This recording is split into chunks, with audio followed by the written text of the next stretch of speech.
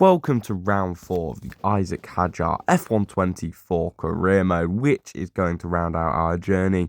I say our, but my journey on this game. This is the last thing and the only thing left that I am doing on F124, as F125 is out, as well as the closed beta, which a close friend of mine has in fact tried, and has hopefully left a solid reviewer for me once I ask. So hopefully next year's games will be good. I'll be getting it irregardless, and we will be starting some content on there as well. There's also FIFA content coming as well, as now that it is top season, we are starting to get back into the swing of things, and it is looking good. And I'm playing quite well as well.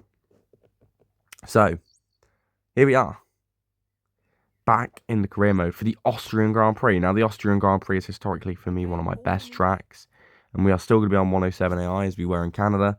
So, I don't know what to expect. We could quite easily win this Grand Prix on 107 AI. We could quite easily finish 15th for no reason. I've never finished that low in Austria before, but it could definitely happen. So, and it is a sprint weekend, so anything can happen. Let's get straight into sprint qualifying. So, you do get one set of softs for a sprint weekend, but we decided to do our first lap on the medium combat tyres. The AI also only get one set of softs, but they use theirs straight away. So when the track conditions are at their best, they use a worn set of softs rather than a new set, which is what we are doing right here at the end of the session. We are putting on a fresh set of softs for our one flying lap to end the session. We are currently P15, which still, in the RB, still isn't that bad. But the reality of the matter is that I expect to qualify higher around Austria. And with all these guys on their worn tyres, they probably really haven't improved. So we do have a lap time to be targeting. We are already half a second up on this lap as we head into Sector 2. And we just need to absolutely nail Sector 2, because I know Sector 3 is my best sector compared to the AI. And Sector 2 is normally my worst. We just need to try put together a good Sector 2. We get the car turned in there quite nicely. We get the power early. Yeah, to be fair, we do. And to be fair, it just looks like a really, really smooth lap. I mean, there's nothing really to complain about. There's no purple sectors flying in, but it's just a really solid lap. 6.5 times up. Let's see what we can do into the final sector. Chuck it into this one. Chuck it into the second one. Bang. I mean, really badly exceeding track limits, but we lose time as a compromise. We didn't get any time in the final sector compared to my medium run lap. So, that puts me P4, by the way. I mean, we're better last sector. Where could we have been? But, I mean, I am not going to complain whatsoever with P4. How far did that put me off pole? About 3 tenths off pole, which is amazing. With Sonoda down in P13, 4.5 tenths off me. So, yeah, I mean, that's a brilliant sign. So, let's get into starting grid for the Sprint Grand Prix. It's time to see how our starting grid looks for today's sprint. Oscar Piastri lines up on pole position, and a very happy Carlos Sainz will start second. Moving on to the rest of the grid, we have Leclerc, HADJAR, Russell, Fernando Alonso, Stroll, Norris, Perez, Hamilton, Verstappen, Magnussen, Sonoda, Ocon, Bottas, Hulkenberg, Joe, Gasly, Albon, and Logan Sargent. And alongside me today is... After the points finished last race, obviously, the strategy is very, very, very simple for the sprint race. Just mediums all the way through. A little taster for the race to see how long we could potentially go on our medium compounded tyres. And it's 5 red lights for the Austria sprint. Could we win it? And it's lights down away we go. Well, with that start, probably not, because that is a horrific start. Losing many positions off the start. And let's see if we can survive into turn 1. We just about do, but we have dropped from P4 down to P6. However, it is Fernando Alonso ahead of us, and we know we are quicker than Fernando. So let's see if we can make a move on him. He's going to defend the inside. Is he going to go for an impromptu move on Russell? Russell, ooh, a bit of a lock up there. Bit of a lag spike as well in my footage recording, apparently, as Alonso stays ahead of us for now. Are we going to maybe attempt to get the move back? Get the place back with Lance Stroll behind us. We're in an Aston Martin sandwich. We're going to make the dive on Alonso down the inside. We go a bit deep, so well, Fernando doesn't attempt to switch back, so we are able to just force him wide, and that also allowed his teammate Lance Stroll to come through. Well, all for them to battle. As you can see in the mirror behind, they are battling. I only have that mirror there before when I used to do cockpit cam quite a lot, and I still have it. I mean, we run into the back of Russell there. Jeez, we need to be more careful than that. but we are currently in P5. And with that poor collision, or that little love tap onto the back of Russell, it kind of ruined our exit. And with the leaders fighting ahead, we are now side by side with Fernando Alonso, the two-time world champ, the more experienced driver by a mile, and he just slides through with that beautiful little exit. And it's a good move from Fernando, but we aren't going to let that go down without a fight, and we are going to dive down the inside, and apparently on the inside of Russell. I mean, we did not intend for the move on Russell, but I just kind of had a feeling that maybe we would have to send it on him. But in sending it on Russell, we have guaranteed ourselves a chance at overtaking Alonso. So let's see if we can get him now. We're going to force him around, and there goes Russell as well. I mean, Russell's going to have the better traction on the inside, but we're just making sure that we stay ahead of Fernando Alonso, and that's exactly what we do. So a good bit of racecraft there from me. But Alonso, once again, has managed to get himself past, and I'm not sure how. But here we go again. Russell's fighting for P2 as we launch it down the inside. Oh my goodness, of Oscar Piastri. I don't know how we've made that move stick, but I think Oscar Piastri had just been overtaken by a couple of cars. He was saving the RS, and now he's going to use it all again to fly straight back past us as we have 10%. And we are still on little to no ERS onto the final lap, and side by side are 4th and 3rd. Can we maybe even sneak a podium in this sprint race? Well, maybe not, because Fernando Alonso is looking at us now to try and take P5 away, but we send it down the inside of Carlos Sainz and just about get ourselves up into P4, and with little to no opportunity to overtake in the rest of the lap. That should be it for the sprint. I mean, we qualified P4, had some amazing battles out there, and stayed P4. The winner of the race was Charles Leclerc. He just drove off, apparently. And outside of that, we're going to take, if we can hold on to this, P4 and run with it, because that is a fantastic result. And being able to stick with the top guys gives me good hope for the race, and the mediums making it 12 laps also gives me good hope for a one-stop race. So let's see how we do into qualifying, but P4, not full points, but it's a great way to start the weekend.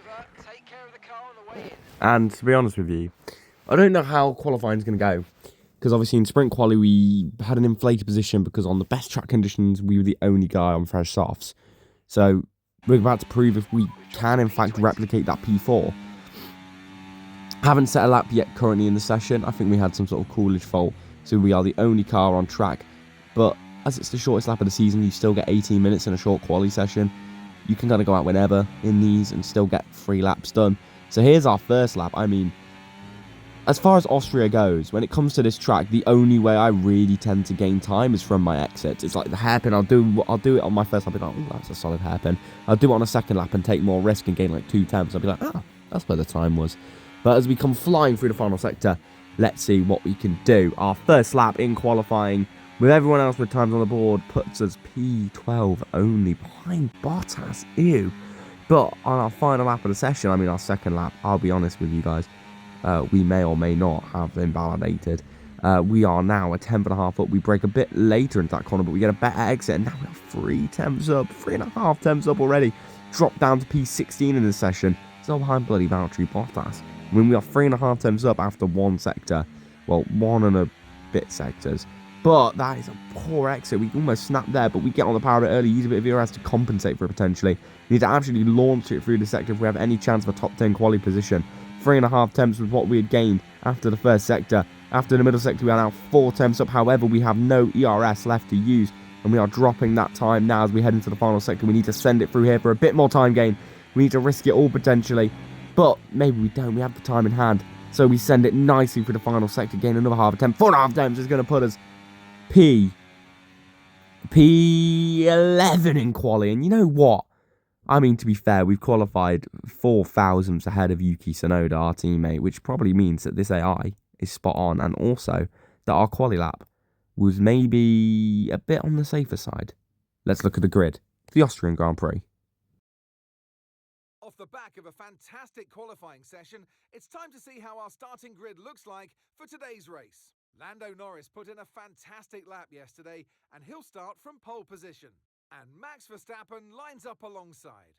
Looking at the rest of today's grid, we have Sainz, Perez, Russell, Leclerc, Hamilton, Oscar Piastri, Fernando Alonso, HADJAR, Tsunoda, Ocon, Gasly, Hulkenberg, Bottas, Albon, Magnussen, Sargent, Stroll, and Zhou Guanyu. And striding into our commentary box to join us today. So, due to a Lance Stroll penalty, we are starting P10, whereas we qualified in P11. Yuki starting P11 just behind us, and Stroll dropping to 19th. And we are going to go for a simple medium to hard strategy. Going to pit 2 laps earlier. Is that going to be a crucial mistake? Let's find out. I mean, in terms of the setup, we're happy. In terms of the strategy, there's not really much else I can do.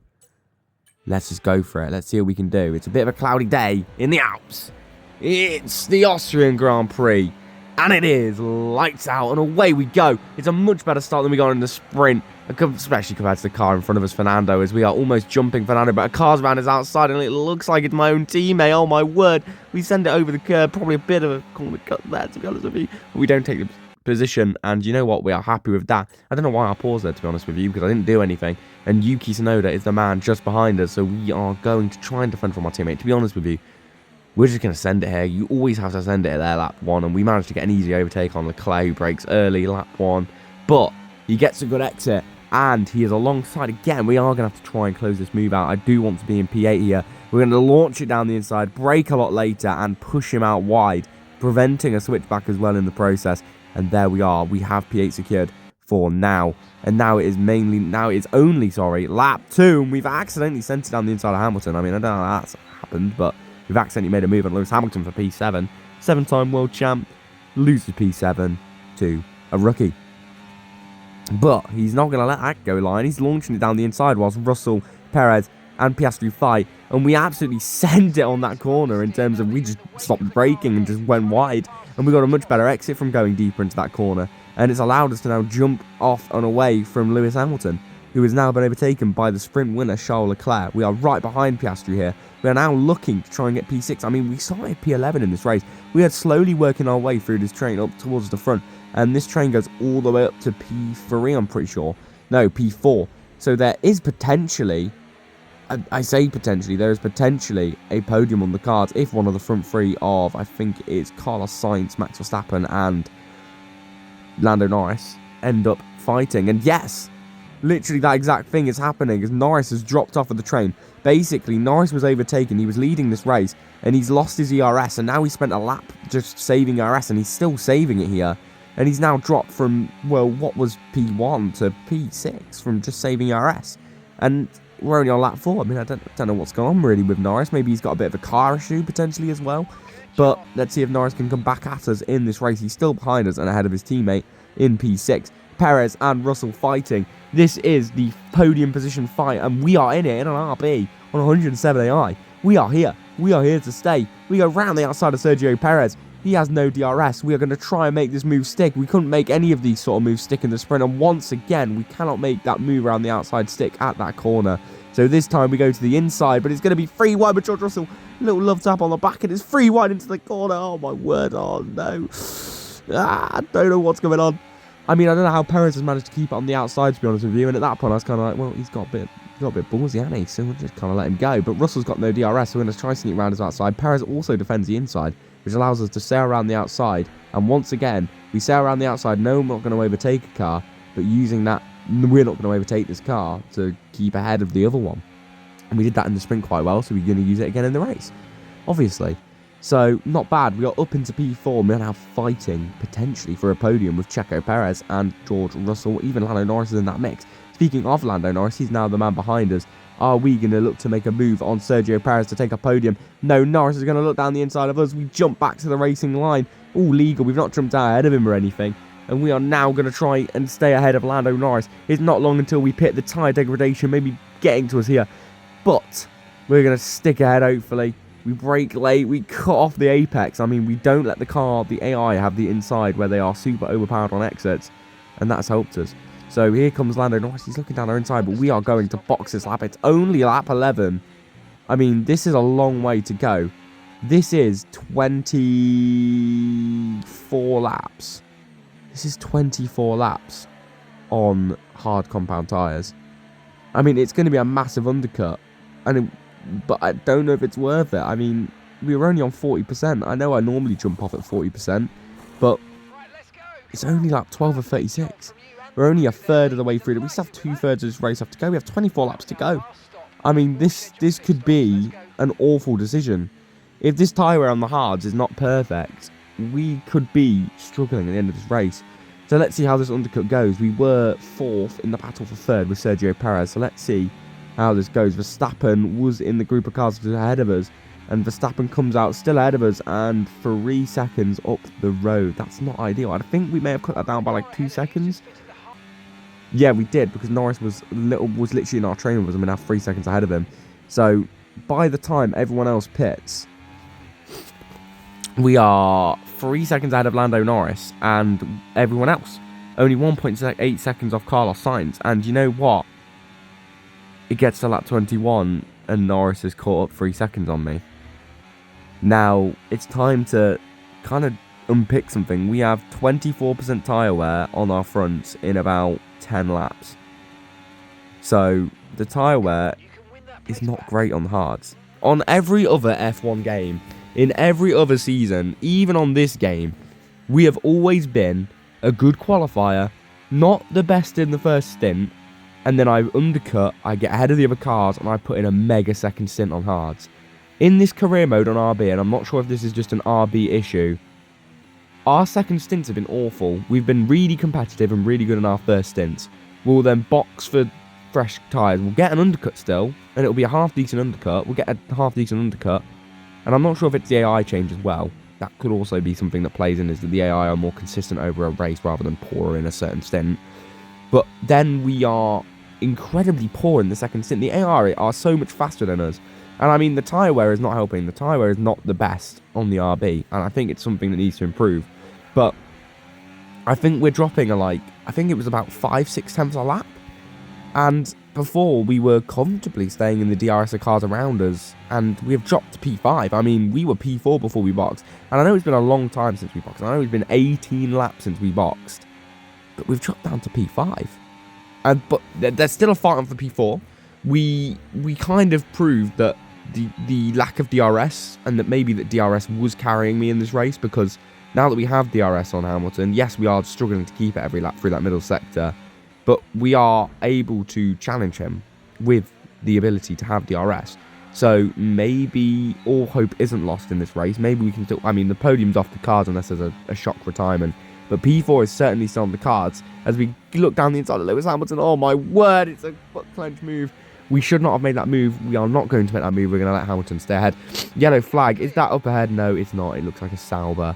And on the last lap of this Grand Prix, it looks like it's going to be P5. We set a purple first sector, draining all the RS to stay ahead of Perez. But here he comes anyway. I mean, we couldn't get Hamilton. We tried our best, but Perez, oh my word, that could have been a nasty collision on the last lap. That would have been a waste of an hour.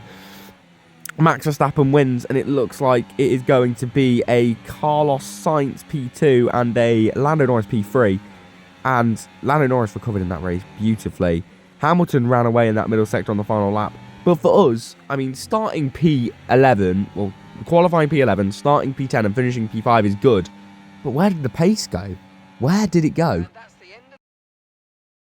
Verstappen, Max Verstappen. He takes victory.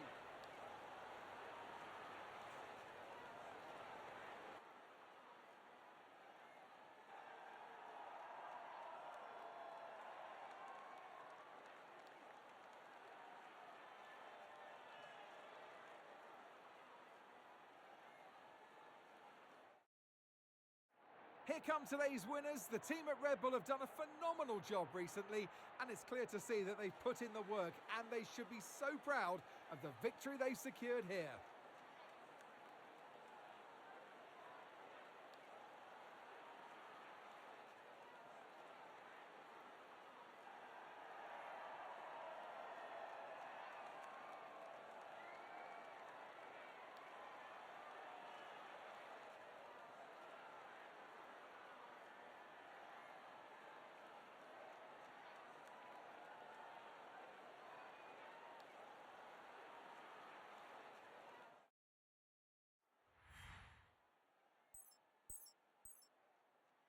I mean, I really don't know what to say, because we normally have mega pace around Austria, and to be fair, we had expected quali pace, it was decent, and we had better than quali pace in the race, which was again not normal. I mean, for the Austro ring, is that what it's called?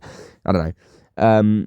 For this Grand Prix, for the track of Austria, it is normal that I have better race pace than quali pace, but it just felt as if in that second stint we just completely died off. I mean, we were consistently a second a lap slower at points, and I really can't understand if that's DRS sharing and ERS sharing and stuff like that.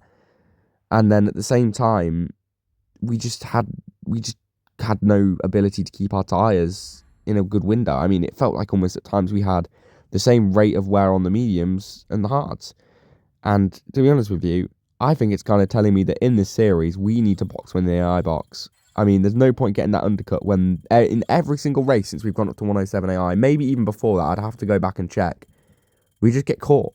We just get caught in that second stint no matter what, and we actually lose positions or end up having to scrap onto the last lap. Whereas if we just stick with the pack, we could work with the pack. We could work forward in that pack and potentially get ourselves higher up from just sharing DRS with other cars. But I mean, it's a P5 in an RB, which you wouldn't expect. And again, Sonoda putting in consistent performances, 9th, 12th, and 11th. Me, 4th, 4th, 5th, and 5th. And to be honest with you, it gives me hope.